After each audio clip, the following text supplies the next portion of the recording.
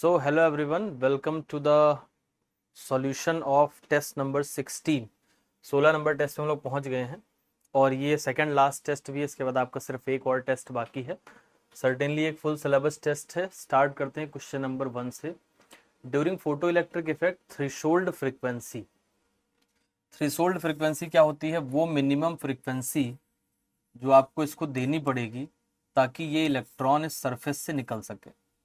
अब इस इलेक्ट्रॉन को निकलने के लिए कितनी एनर्जी चाहिए या कितनी फ्रीक्वेंसी चाहिए, ये बात तो इस मेटल पे डिपेंड करेगी कि मेटल कौन सा है।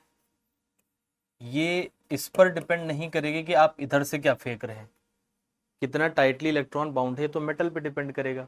तो increases as the intensity of light. Light की इंटेंसिटी पर नहीं डिपेंड करेगा, वेवलेंथ पर भी नहीं डिपेंड करेगा। डज नॉट इंक्रीज और डिक्रीज विथ इंटेंसिटी और wavelength of light. Correct answer हो जाएगा, यानी इस पे डिपेंडेंट नहीं रहेगी। Total number of neutron present in 36 gram of water. तो H2O फॉर्मूला है वाटर का। हाइड्रोजन के अंदर न्यूट्रॉन कितने होते हैं? 0। और ऑक्सीजन के अंदर कितने न्यूट्रॉन प्रेजेंट होते हैं? 8। तो मतलब एक पानी के मॉलिक्यूल में टोटल 8 न्यूट्रॉन प्रेजेंट होंगे, ये तो पता चल गया। अब कितने पानी के मॉलिक्यूल हैं? 36 ग्राम में, तो मोल निकाल लेते हैं। Mole will be equal to 36, that is the weight, divided by 18। तो ये आ जाएगा 2 मोल। 2 मोल का मतलब नंबर ऑफ वाटर मॉलिक्यूल अगर निकालना है तो मोल पता हो और नंबर निकालना हो तो किससे मल्टीप्लाई करते हैं? Na से। तो 2Na हो जाएगा। और मुझे अभी न्यूट्रॉन की संख्या निकालनी है। तो एक पानी के मॉलिक्यूल में 8, तो 8 गुणे 2 बराबर 16Na न्यूट्रॉन। करेक्ट आंसर हो जाएगा। Minimum negative electron gain enthalpy इसमें से किसकी है? ऑक्सीजन की हो जाएगी मिनिमम नेगेटिव। ऑक्सीजन और सल्फर वाले ग्रुप में अगर देखोगे, सेलेनियम, टेल्यूरियम, तो नियम तो ये कहता है कि जब हम ऊपर से नीचे जाते हैं तो जो इलेक्ट्रॉन एफिनिटी है या electron gain enthalpy, electron gain enthalpy जिसे कहते हैं, तो ये नीचे जाने पर ये घटती है, डिक्रीजेस। साइज बढ़ता है, बाकी सारी चीजें घटती हैं। तो घटती हैं तो उस हिसाब से ऑक्सीजन का सबसे ज्यादा होना चाहिए था, लेकिन इसका सबसे ज़्यादा नहीं होता, ये नीचे पहुंच जाता है। रीज़न क्या है? Because of repulsion. तो ये एक एक्सेप्शन है। इसके पड़ोस वाले ग्रुप के मेंबर्स जो होते हैं, जो टॉप मेंबर, वो एक एक कदम नीचे आते हैं, ये सबसे नीचे पहुंच जाता है। तो मिनिमम नेगेटिव पूछा जाएगा तो आप ऑक्सीजन को टिक करेंगे। रिपल्सन VSPERT का सिंपल सा क्वेश्चन है। सबसे ज़्यादा होता है lone pair, lone pair, then lone pair bond pair, फिर बॉन्ड पेयर, बॉन्ड पेयर में आएगा। बेसिक बफर सॉल्यूशन है। बेसिक बफर सॉल्यूशन में फॉर्मूला इस्तेमाल होता है POH is equals to PKB plus log salt upon base. तो इसमें कहा गया सॉल्ट और बेस का कॉन्सेंट्रेशन सेम है, तो ये 1 हो जाएगा, यानी ये पूरा सिस्टम गायब। तो यहाँ से हम PKB, KB दिया है 10 की पावर -5, तो PKB 5 हो जाएगा, मतलब POH मुझे मिल गया। यहाँ से pH बराबर मुझे मिल जाएगा 14 - 5, that will come out to be 9, यानी करेक्ट आंसर हो जाएगा फोर्थ ऑप्शन। एक गैस एक्सपेंड कर रही है 0.8 litre against a constant pressure of 1 atm। तो वर्क का इन्होंने कैलकुलेशन करने को कहा है, -P डेल्टा V लगा दो। प्रेशर कितना है? -0.8 इंटू, ये वॉल्यूम का चेंज हो गया, प्रेशर है 1 atm।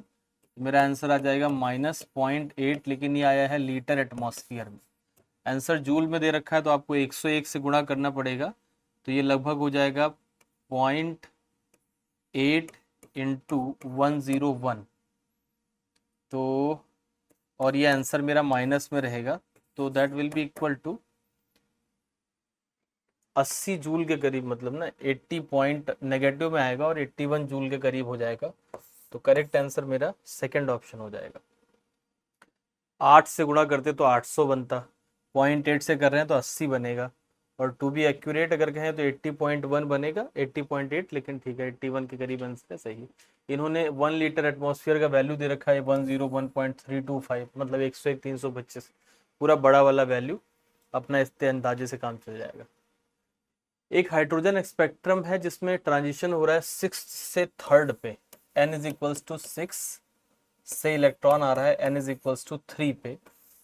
तो पूछा गया total number of spectral line obtained in the Balmer series. Balmer में कोई लाइन नहीं बनेगी, बामर तब बोलते हैं जब n बराबर 2 पर आए, then that is called Balmer series. और आपका इलेक्ट्रॉन कहाँ से कहाँ आ रहा है, 6 से 3 पे चल रहा है, तो बामर वाली सीरीज की लाइनें 0 हो जाएंगी, यानी कोई भी लाइन बामर सीरीज की यहाँ पर नहीं मिलेगी। Electronic configuration of the element with maximum non metallic character. अब ये जो मैक्सिमम नॉन मेटेलिक वाले होते हैं ये होते हैं हैलोजन। तो हैलोजन का जो जनरल कॉन्फ़िगरेशन है np5 होता है, तो करेक्ट आंसर हो जाएगा थर्ड, ns2 np5 सिस्टम चलेगा। बॉन्ड एंगल कंपेयर करना है, SO3 को अगर बनाओगे तो इसका बॉन्ड एंगल 120 के करीब आएगा। Reason, trigonal pyramidal geometry, trigonal planar geometry, तो 120 का एंगल जाएगा। C2H2 इथाइन है, C ट्रिपल बॉन्ड CH और H, तो इसमें sp हाइब्रिडाइजेशन होगा, बॉन्ड एंगल 180 आएगा। तो B के साथ मुझे फर्स्ट को मैच करना है, A के साथ मुझे थर्ड को मैच करना है, और मुझे लग रहा है इतने से मेरा आंसर नहीं हो पाएगा, ये दो ऑप्शन काटे। अब C को भी देख लेते हैं। SF6 इज सल्फर है, 4 फ्लोरीन लगे रहते हैं प्लेन में, एक फ्लोरीन जो होता है वो प्लेन से ऊपर रहता है और एक नीचे रहता है, and this geometry is called octahedral geometry. Octahedral में जो ये प्लेन वालों के बीच में एंगल रहता है दैट इज 90, और जो ये अपोजिट वालों में है 180, तो 90 एंड 180 में मैच कर दूंगा इसके साथ, यानी मेरा करेक्ट आंसर फर्स्ट ऑप्शन हो जाएगा। NH4 प्लस जो है अमोनियम आयन है, टेट्राहेड्रल होता है, sp3 होता है, और इसमें 109.5 का एंगल है। सिग्निफिकेंट फिगर गिनने यहाँ पे 3 हो जाएंगे, यहाँ भी 3 हो जाएंगे, इस जीरो को नहीं गिना जाएगा, zero before non zero is not counted. Again यहाँ पे भी zero before non zero is not counted, तो वी विल बी हैविंग 151, मतलब 3 3 एंड 3 करेक्ट आंसर हो जाएगा। Number of lone pair on central atom count करना है, NO2 प्लस। देखो नाइट्रोजन के पास वैसे तो 5 इलेक्ट्रॉन होते हैं, लेकिन अगर इसने पॉजिटिव कर लिया है तो इसका मतलब 4 ही इलेक्ट्रॉन थे, तो इसके अंदर 2 सिग्मा बॉन्ड है, हाइब्रिडाइजेशन इसका sp हो जाएगा और 180 का बॉन्ड एंगल मिलेगा इसमें। ये CO2 का भाई है, कार्बन डाइऑक्साइड जैसा isoelectronic isostructural to CO2, तो इसमें तो बॉन्ड एंगल लोन पेयर हो गए 0। I3 माइनस में क्या होता है कि आयोडीन होता है और एक आयोडीन और होता है, और एक I माइनस आता है वो इसको डोनेट कर देता है, तो इन्होंने बॉन्ड एक ही बनाया है, तो लोन पेयर कितने रहेंगे 3, तो I3 माइनस में 3 lone pair will be the correct answer. I3 plus जब बनाओगे तो आयोडीन जो था उसने एक इलेक्ट्रॉन का लॉस कर दिया, तो अगर हम यहाँ पर इस तरीके से ऐसे बनाएं और एक इलेक्ट्रॉन का इसने लॉस कर दिया तो 6 बचे, 2 बॉन्डिंग में खर्च कर दिए, तो अब कितने बचे 4, तो 2 लोन पेयर इसके अंदर आपको मिल जाएगा I3 प्लस के अंदर, और NO2 माइनस में ऑब्वियसली एक लोन पेयर बचेगा। अब आप मैच कर लें, ए के साथ फर्स्ट को एक ही ऑप्शन में करा गया तो बहुत ज़्यादा करने की जरूरत भी नहीं थी। The incorrect postulate of Dalton's atomic theory, अलग अलग एटम का मास अलग अलग होता है, सही लिखी है बात। Matter consist of divisible atom, ये गलत लिखा हुआ है, matter consist of indivisible atom, atom divisible नहीं होता है। Compound are formed when atoms of different element combine in a fixed ratio, ये सही बात लिखी हुई है, क्योंकि जब एटम कंबाइन करते हैं तभी कंपाउंड बनता है। All the atoms of a given element have different properties including mass, ये भी गलत लिखा हुआ है। एक ही एलिमेंट है, जैसे अगर सोना दे दिया गया तो सोने के जितने एटम्स होंगे सब वो आपस में उनकी प्रॉपर्टी सिमिलर रहेगी। केमिकल रिएक्शन में रीऑर्गेनाइजेशन होता है, ये भी सही लिखा है। तो मुझे करेक्ट चूज करना है या इनकरेक्ट, इनकरेक्ट पोस्टुलेट्स को चूज करना है, तो इनकरेक्ट में मेरे पास बी हो गया और डी हो गया, यानी correct answer will be fourth option, B and D.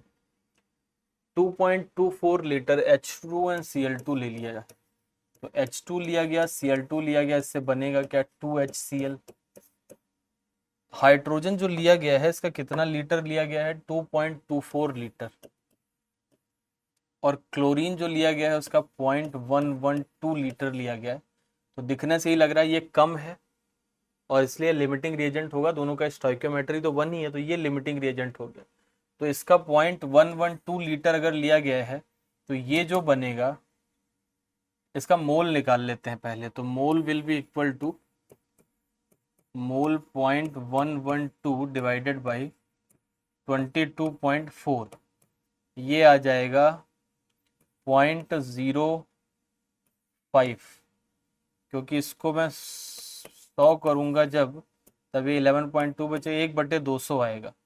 1/200 का मतलब 0.05 हो जाएगा। अब इसका अगर 0.05 मोल है Cl2 का, तो इसका डबल कर दें तो HCl का मोल निकल आएगा।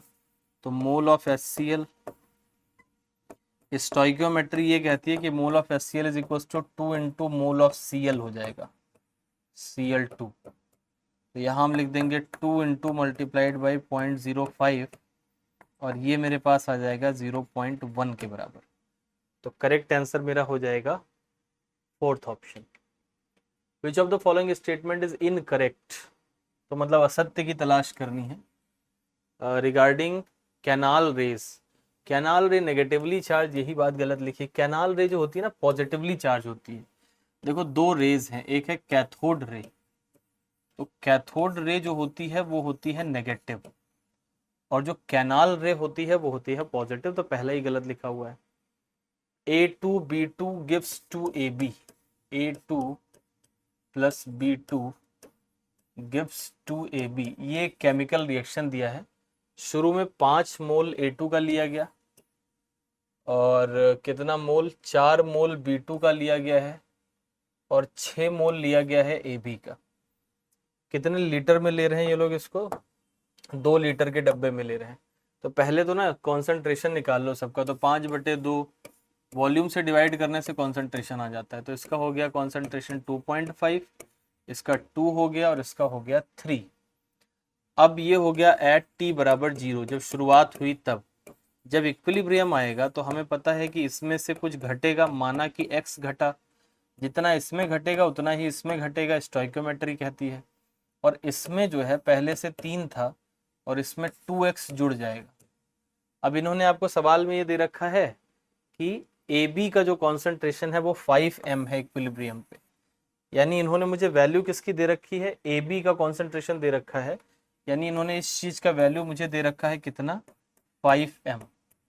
अब आप यहां से सॉल्व करो, 3 में 2 जोड़ने पे 5 आता है, तो this implies that x is equals to 1। अगर x 1 हो गया तो यहाँ पर इसका कॉन्सेंट्रेशन 1 हो गया, इसका 1.5 हो गया। मुझे Kc निकालना है, तो Kc बराबर मैं लिखूंगा 5 गुणे 5, क्योंकि यहाँ 2 है तो स्क्वायर किया मैंने, डिवाइडेड बाई 1.5 इंटू 1, तो ये आ जाएगा 25 डिवाइडेड बाई 3/2, तो ये 50/3 आ जाएगा। 50/3 का मतलब 16×3 = 48, 16.66 करेक्ट आंसर हो जाएगा। पहला first option is correct. The heat of combustion of carbon to CO2 is this. Carbon था मेरे पास, उसको मैंने कंबशन करा और उससे CO2 बना, और उसका हीट ये दे रहे हैं कितना, 3.93 इंटू 10⁵ जूल पर मोल। The heat release upon the formation of 88 gram of CO2 from carbon and oxygen is 88 ग्राम। इसको बनाना है मतलब 2 मोल बनाना है, और 1 मोल का इन्होंने दे रखा है, तो सिंपली मल्टीप्लाई करना रहेगा। तो ये हो जाएगा 2 इंटू -3.935 इंटू 10⁵ तो 2 से गुणा कर लेते हैं। 2 पंचे 10, 0 1 हासिल है, 2 3 6 1 7, 2 9 18, 8 हासिल है 1, 2 3 6 1 7, तो ये आ गया 7.870 इंटू 10⁵, या फिर आप इसको लिख सकते हो 787 इंटू 10⁵, या आप इसको लिख सकते हैं 787 किलो जूल। 10⁻³ को किलो जूल भी लिखा जा सकता है। तो करेक्ट आंसर हो जाएगा 787 किलो जूल। ये पर मोल लिखना सही नहीं है, तो इसको थोड़ा सा ऐसे कर लेंगे ना, 787 किलो जूल हो जाएगा आंसर। पर मोल नहीं होना चाहिए, पर मोल कैसे, द हीट ऑफ रिलीज पूछा गया 88 ग्राम में, 2 मोल का निकाल रहे हो तो पर मोल 787 नहीं लिखोगे, पर मोल लिखना होगा तब तो फिर वही 393 ही आंसर हो जाएगा पर मोल लिखने के केस में, जो कि ऑप्शन में है नहीं। तो मुझे लग रहा है कि ये थोड़ा सा पर मोल वाला गड़बड़ लिखा होगा। इसमें से कौन से हैं जो पैरामीटर रिप्रेजेंट करते हैं पाथ फंक्शन को, Q रिप्रेजेंट करता है W, दो ही हैं अपने सिलेबस में, तो आंसर हो जाएगा B एंड C, पहला सही हो जाएगा। दो ही पाथ फंक्शन है, बाकी सारे स्टेट फंक्शन है। इसमें से कौन सा करेक्ट है, which of the following are correct? तो करेक्ट ढूंढ लेते हैं। इक्विलिब्रियम पे pressure exerted by the water molecule at a given temperature remains constant and is called the equilibrium vapour pressure. सही बात लिखी है। वेपर प्रेशर का डेफिनेशन यही है, vapour pressure of water increases with increase in temperature. Vapour pressure सिर्फ temperature पर depend करता है और नेचर पे डिपेंड करता है, तो ये वेपर प्रेशर बढ़ेगा अगर टेम्परेचर बढ़ाओगे। Volatile liquids have very low, गलत बात लिखी है। जो जितना वोलाटाइल होगा उतना ज्यादा उड़ेगा, उतना ज्यादा वेपर, तो उतना ज्यादा वेपर प्रेशर। डी लिखा है more volatile liquid has lower boiling point, ये सही बात लिखी है। तो सिर्फ और सिर्फ सी है जो इनकरेक्ट है, बाकी A B and D correct हैं। तो मेरा पहला आंसर सही हो जाए, क्योंकि उन्होंने करेक्ट पूछा है तो मैं ए बी एंड डी लगाऊंगा। अगर इनकरेक्ट पूछा होता तो मैं ओनली सी लगा देता। Given below are two statement, assertion reason है, ठीक है। Ratio by volume of ammonia HCl and NH4Cl is 1:1:1 in this, गलत बात। ये सॉलिड है, ये जो वॉल्यूम का रेशियो लगाते हैं ना, ये गैस के लिए लगा सकते हैं। Gay Lussac's law deal with the gaseous reactant, ये सही लिखा है कि ये गैसियस के साथ डील करता है। तो assertion is false but reason is true, यानी चौथा आंसर सही हो जाएगा इसमें। अच्छा, अगर इसमें इसको हटा देते और 1:1 लिखते तो ये भी सही हो जाता है, असर्शन भी सही हो जाता। Kp Kc ratio will be lowest, तो केपी बाई केसी क्या होता है आपको पता है? Kp is equals to Kc R T delta n, और सिर्फ गैसेस के लिया जाता है, तो Kp divided by Kc will be equal to R T delta n g. मतलब ओवरऑल मामला डिपेंड करेगा डेल्टा एन जी निकालने पे। तो सबका निकाल के देख लेते हैं, लोएस्ट देखते हैं किसका आता है। यहाँ पे ये 1 मोल है, 1 में से कितना घटाओगे, 1.5, तो ये आएगा -1, माइनस में आएगा और 0.5 आएगा। यहाँ पर 2 में से 1 घटाओगे तो कितना आएगा, प्लस में आएगा, 1 आएगा। यहाँ 4 और 2 6 और 7 2 9, तो ये -3 आ जाएगा। ये 2HI H2 + 2NO, इसमें कुछ गड़बड़ है रिएक्शन में, क्योंकि H2 + I2 होना चाहिए था, तो ये गड़बड़ है। ये चीज़ H2 + I2 होना चाहिए, मतलब इसमें 0 आ जाएगा। तो अभी जो डेटा दिया है उसके हिसाब से अगर देखा जाए तो थर्ड वाले में मिनिमम आ रहा है, तो करेक्ट आंसर हो जाएगा इसका थर्ड ऑप्शन। एंगुलर नोड पूछा गया है। देखो, नोड दो प्रकार के होते हैं। एंगुलर नोड की संख्या L के ही बराबर होती है। L मतलब एजीमुथल क्वांटम नंबर, तो इसके लिए 0 होता है, इसके लिए 1 होता है, इसके लिए 2 होता है, इसके लिए 3 होता है एजीमुथल। बस आपको मैच कर लेना है। S को मैच करो फर्स्ट के साथ, P को मैच करो इसके साथ, D को मैच करो 4 के साथ, और इनको मैच करो इसके साथ, यानी हो जाएगा फर्स्ट सेकंड फोर्थ थर्ड। तो करेक्ट आंसर पहला हो जाएगा। साइक्लिक प्रोसेस में डेल्टा यू और डेल्टा एच 0 होते हैं, सही बात है। डेल्टा वाले जितने टर्म है वो इनिशियल फाइनल पे डिपेंड करते हैं। साइक्लिक में इनिशियल जहां था वहीं फाइनल है, तो सेम है, तो ये 0 हो जाएगा। When initial and final state of system is a process are the same, तो उस प्रोसेस को साइक्लिक कहते हैं। दोनों ही करेक्ट हैं, तो statement 1 and 2 both are correct. Which of the following ion has bond order equal to N2? अब N2 का मतलब 14 इलेक्ट्रॉन, तो 14 इलेक्ट्रॉन वाले को ढूंढ लो। तो ऑक्सीजन में 8 8 16 2 चले गए, तो 14 इलेक्ट्रॉन बचे, तो इसका बराबर हो जाएगा। और इसका बॉन्ड ऑर्डर 3 होता है N2 का। और अगर इसका निकालोगे O2+ का, अगर इलेक्ट्रॉन की संख्या सेम होती है तो बॉन्ड ऑर्डर भी सेम ही आता है। How much amount of CaCO3 having percentage purity 25% produces 1.12 litre? अब देखो, इसका मुझे कह रहे हैं कि कितना प्रोड्यूस करके दिखाओ, 1.12 लीटर। 1.12 लीटर का मतलब कितने मोल हुआ, तो मैं इसको 22.4 से डिवाइड कर दूंगा। इसका मतलब ये आ गया 1/20, और 1/20 आने का मतलब हुआ कि 0.05 हो गया, 0.05 मोल। अब अगर इसका 0.05 मोल मुझे इसका चाहिए, तो इसका भी 0.05 ही मोल चाहिए होगा। 0.05 mole of this is also required. लेकिन प्रॉब्लम ये है कि 0.05 मोल इसका 25% ही प्योरिटी है। प्योरिटी कितने परसेंट है? 25%। अच्छा, 0.05 मोल का मतलब इसका जरा वेट भी निकाल लेते हैं। तो वेट बराबर होता है मोल मल्टीप्लाइड बाई मॉलिक्यूलर वेट। तो ये 0.05 इंटू इसका मॉलिक्यूलर वेट 100 होता है CaCO3 का, मतलब हमें 5 ग्राम कैल्शियम कार्बोनेट चाहिए।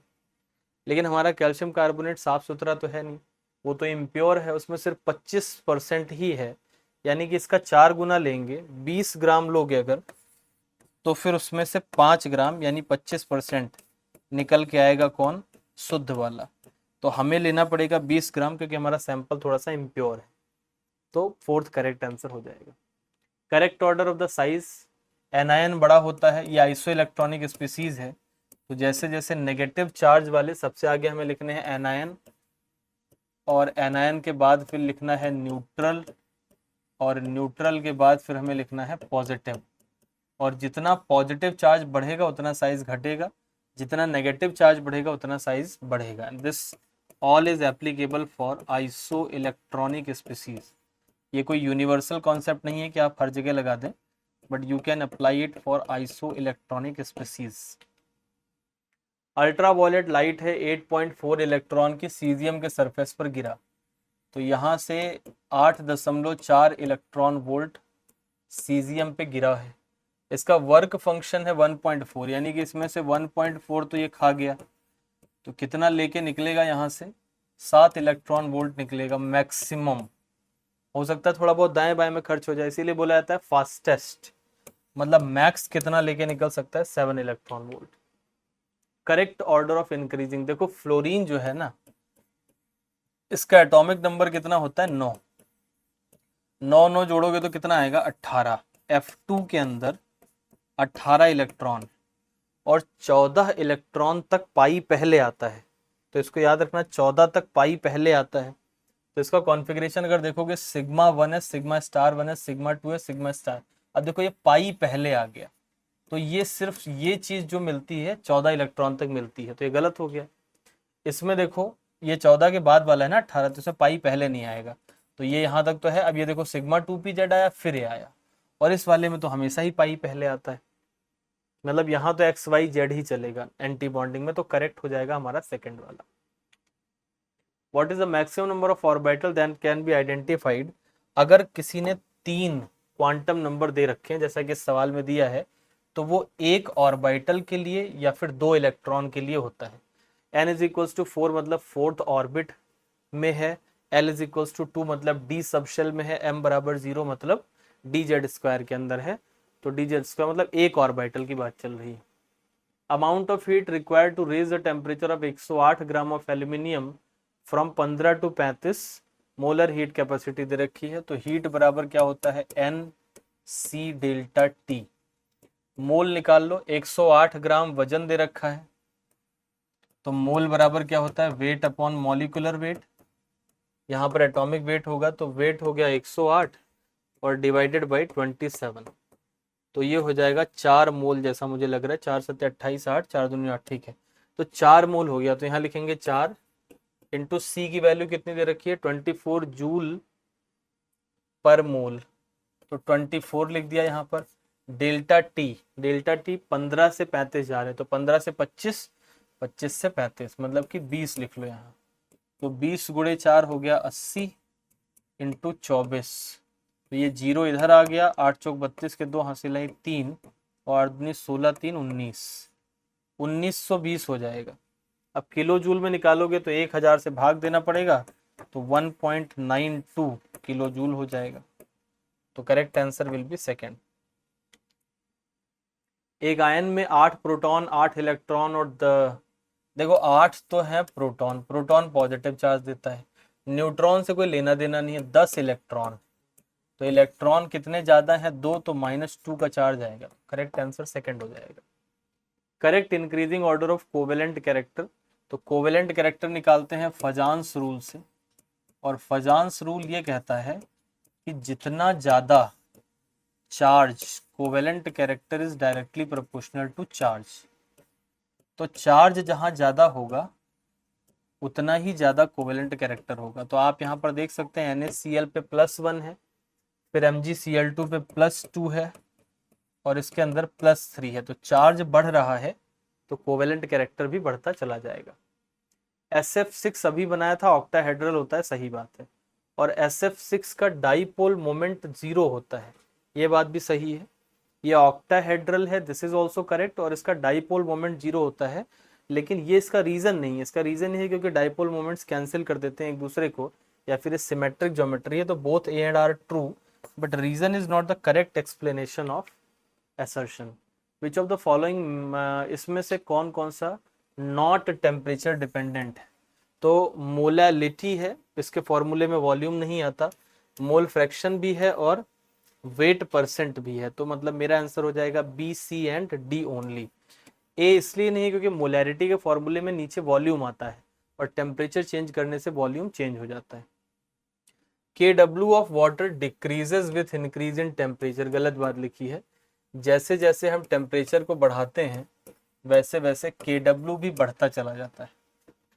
Conjugate acid of NH3 is NH4+, ये सही लिखा हुआ है। अगर किसी का कॉन्जुगेट एसिड बनाना है तो इसके अंदर एक H जोड़ दो, H+ मतलब, तो इसको जोड़ेंगे तो ये क्या बन जाएगा, NH4+ बन जाएगा। तो दूसरा वाला सही है पर पहला वाला गलत है। First is incorrect, second is correct, तो करेक्ट आंसर सेकंड हो जाएगा। For the given reaction the equilibrium constant is 25, calculate the equilibrium constant for this reaction. देखो इस रिएक्शन में क्या चेंज हुआ है, इसको उलट दिया गया है तो इसको 1/25 कर देंगे, और इसको 2 से भाग दिया गया है तो इसके ऊपर पावर 1/2 लग जाएगी। तो मेरा आंसर 1/5 आ जाएगा, that will be equal to 0.2। तो करेक्ट आंसर थर्ड हो जाएगा। देखो जब रिएक्शन उलट दिया जाता है तो इक्विलिब्रियम कांस्टेंट को बटे में कर लेते हैं, और जितने से डिवाइड किया उतनी पावर लगा दो, हाफ से, सॉरी, जितने से मल्टीप्लाई किया उतनी पावर लगा दो। तो हाफ से मल्टीप्लाई किया तो हाफ पावर लगा दी, तो आंसर सामने आ गया। ग्रुप मैच करना है, नाइट्रोजन ग्रुप 15 का होता है, तो ए के साथ 4th लगाया जाएगा और इसी के साथ आंसर आ जाएगा। ऐसे सवाल आ जाए ज़्यादा अच्छा नहीं लगेगा। बेरिलियम ग्रुप 2nd है, स्कैंडियम 3rd है, और क्लोरीन जो है वो 17 ग्रुप में आता है, स्कैंडियम 3rd में आता है, बेरिलियम 2nd। इंटेंसिव प्रॉपर्टी इसमें से कौन सी है? इंटेंसिव माने इंडिपेंडेंट, इलेक्ट्रोड पोटेंशियल जो है वो इंडिपेंडेंट ऑफ द अमाउंट होती है। गिब्स एनर्जी बढ़ती है मात्रा बढ़ने से, एरिया बढ़ता है, हीट कैपेसिटी बढ़ती है। कौन सा क्वांटम नंबर जो है वो पॉसिबल नहीं है एक इलेक्ट्रॉन के लिए? तो विच of the following quantum number is not possible for an electron अगर पूछा गया है, तो इनमें देखो n से छोटा l होना चाहिए, तो यहाँ सब कुछ सही चल रहा है। यहाँ n से छोटा l है, m उससे छोटा है, ये भी सही चल रहा है। यहाँ n से छोटा l है, लेकिन m देखो मैग्नीट्यूड वाइज उससे बड़ा हो गया, तो गलत हो गया ये, यानी कि थर्ड करेक्ट हो जाएगा। देखो l छोटा होना चाहिए, m जो है वो l के बराबर तक आ सकता है। अगर आप प्लस माइनस को हटा दो, उसको ना देखो, सिर्फ मैग्नीट्यूड देखो उसका, तो वो बराबर तक आ सकता है लेकिन उससे बड़ा नहीं हो सकता, तो इस वजह से गलत हो जाएगा। प्योर PCl5 को इंट्रोड्यूस किया गया एक इवैक्यूएटेड चैम्बर में, इक्विलिब्रियम 247 पे आया और 2 ATM पर आया।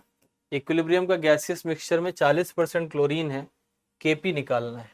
देखो 2 ATM का प्रेशर है टोटल, इसमें से 40% क्लोरीन है बाई वॉल्यूम। अगर वॉल्यूम बाई वॉल्यूम है तो बाई मोल भी 40% ही होगा, और बाई मोल होगा तो बाई प्रेशर भी उतना ही होगा। तो मतलब इस 2 ATM में से 40%, यानी कितना, 0.8 ATM, ये प्रेशर जो है ये क्लोरीन दे रहा है, Cl2। अगर ये 0.8 दे रहा है तो ऑब्वियसली ये भी 0.8 दे रहा होगा, और 8 8 16 हो गया, तो इसका कंट्रीब्यूशन वैसे भी आधा होगा, तो 0.4 इसका हो जाएगा। तीनों का प्रेशर मिल गया, Kp निकालना है, तो Kp will be equal to 0.8 into 0.8 divided by 0.4। ये 2 से गुणा कर दो, 8 गुणे 2 करो, 1.6 ATM Kp आ जाएगा। What is the volume occupied by 5.2 gram? Vapour density दे रखी है, तो वेपर डेंसिटी और मॉलिक्यूलर वेट में क्या रिश्ता होता है? मॉलिक्यूलर वेट बराबर 2 इंटू वेपर डेंसिटी। तो 2 इंटू करेंगे 11.2, मतलब इसका जो मॉलिक्यूलर वेट आएगा वो 22.4 आएगा। अब वॉल्यूम कैसे निकालते हैं? तो वॉल्यूम बराबर होता है मोल मल्टीप्लाइड बाई 22.4, ये वॉल्यूम निकल आता है इससे। मोल कितने हो जाएंगे, इसका वेट कितना है 5.2, मॉलिकुलर वेट 22.4 इंटू यहाँ करेंगे गुणा 22.4 से, ये दोनों कट जाएंगे तो इसका वॉल्यूम कितना आ जाएगा 5.2 लीटर, यानी करेक्ट आंसर फर्स्ट हो जाएगा। अकॉर्डिंग टू मूजले, मूजले ने क्या बताया था, ये अगर आप एनसीईआरटी में पढ़ेंगे तो इन्होंने कहा था under root x, under root of frequency और एटॉमिक नंबर का जो ग्राफ है वो स्ट्रेट लाइन होता है। तो square root of frequency of the characteristic X-ray of element against their atomic number draw करा था और ये स्ट्रेट लाइन मिला था।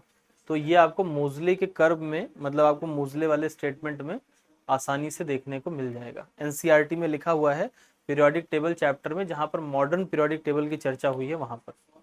विच block of the periodic table contains element with the general electronic, तो ये जनरल कॉन्फ़िगरेशन किसका है, एफ ब्लॉक का कॉन्फ़िगरेशन है ये, तो करेक्ट आंसर फोर्थ हो जाएगा। करेक्ट स्टेटमेंट इसमें से निकालना है, तो करेक्ट स्टेटमेंट पहला, एटॉमिक नंबर, एटॉमिक रेडियस घटती है जैसे हम नीचे जाते हैं, गलत बात, एटॉमिक रेडियस बढ़ती है। मेंडलीव ने गैप छोड़ दिया था एल्यूमिनियम और सिलिकॉन, जिनका नाम एका और एका सिलिकॉन रखा, ये सही बात है। अनिल अनियम का 101 नंबर होता है, ये भी सही बात है। तो मुझे करेक्ट ढूंढना है तो मैं बी और सी को करेक्ट मान लूंगा, यानी सेकंड सही जवाब हो जाएगा।